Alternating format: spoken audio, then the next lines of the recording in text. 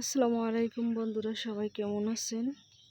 আজকে দেখতে পাবেন আমার কাছে ড্রাগন গাছের পরাগায়ন করা কিভাবে করে দিচ্ছি। এই যে এদিকে পরাগরেণু পড়ে আছে, এদিক থেকেই পরাগায়ন করে দেব।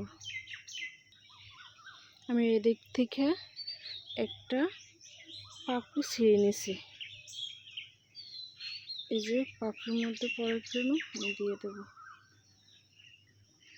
এই যে দেখুন,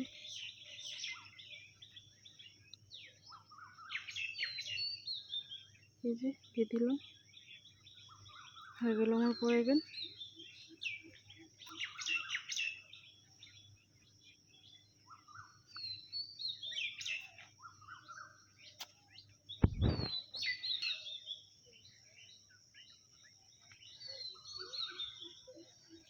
এই যে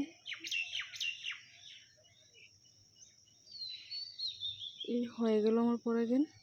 এভাবে আমি সবগুলো ফুলে করে দেব।